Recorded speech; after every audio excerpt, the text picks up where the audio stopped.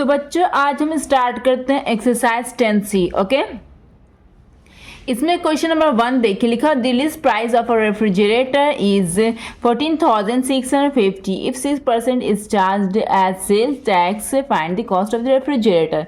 बच्चों इसमें ये देखना, एक्सरसाइज 10C में आप एक नया टर्म से आप फैमिलियर हो गए, कॉल्ड टैक्स। ठीक है, तो टैक्स अलग अलग तरह के होते हैं, कुछ सेल टैक्स होते हैं, कुछ वैल्यू एडेड टैक्स होते हैं। तो चलिए अकॉर्डिंगली इसको हम सॉल्व करते हैं। ओके, तो सबसे पहले मैं यहाँ पर लिख देती हूँ एक्सरसाइज 10C। ठीक है, ये एक्सरसाइज 10C है।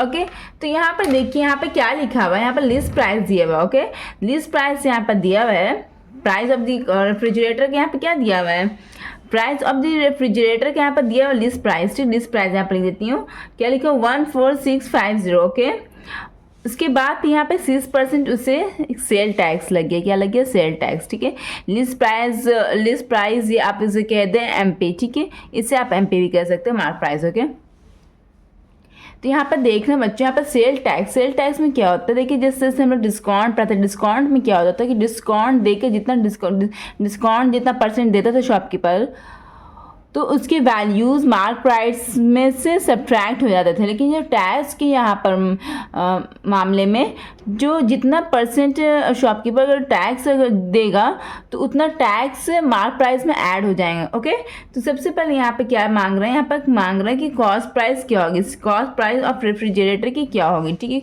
कॉस्ट प्राइस या सेलिंग प्राइस जो भी इसे कह सकते हैं। ठीक है, तो यहाँ पर क्या करना है, सबसे पहले यहाँ पर टैक्स कितना पड़े, 6% टैक्स है। तो 6% का टैक्स हम न्यूमेरिकल फॉर्म में लाएंगे, ये परसेंटेज में है, तो ये 6% टैक्स किस पर लग रहा है, द वैल्यू ऑफ एमपी पर लग रहा है, मार्क प्राइस पर लग रहा है। तो 6% ऑफ एमपी क्या यहाँ पर है, 6/100 मल्टीप्लाई एमपी यहाँ पे क्या है 14650। ओके, तो सबसे पहले इसको सॉल्व कीजिए, 1 0 से 1 0 कटिए, 2 3 6 2 5 10 5 1 5 5 2 10 5 9 45 5 2 15। ओके, तो यहाँ पे क्या आया मेरा आंसर, 3 मल्टीप्लाइड बाई 293। ठीक है, इसे सॉल्व कर देते हैं। यहाँ पर 3 9 3 9 27 का सेम, बाकी मुझे 2 3 2 6 7 8 879 आया।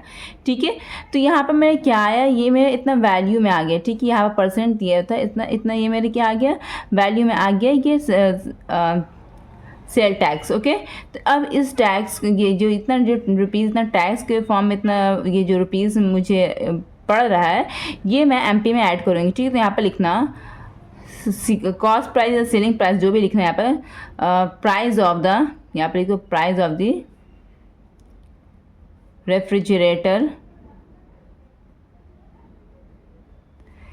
ओके, यहाँ पर final price of the refrigerator क्या हो जाएगा बच्चों, ये जो है एमपी पहले से मार्क प्राइस प्लस 6% टैक्स लग रहा है, तो ये ऐड हो जाएगा। ठीक है, सेट ऐड हो जाएगा, तो क्या होगा 14650 प्लस इतना वैल्यू में क्या आया था मेरा 879। ठीक है, ये लोग दोनों को आप ऐड कर लीजिए, कितना आ गया मेरा 9 7 5 12 का 1 हो गया, 15 का 1 4 1 5 1। ठीक है, इतना रुपीज़ मेरा आया होगा बच्चों, आप आंसर मिला लेना अपने बुक से। ठीक है, इतना ये क्या है, ये रुपीज़ में है 15529। ठीक है, ये आपका आंसर। अब हम नेक्स्ट क्वेश्चन की तरफ बढ़ते हैं बच्चों। ओके,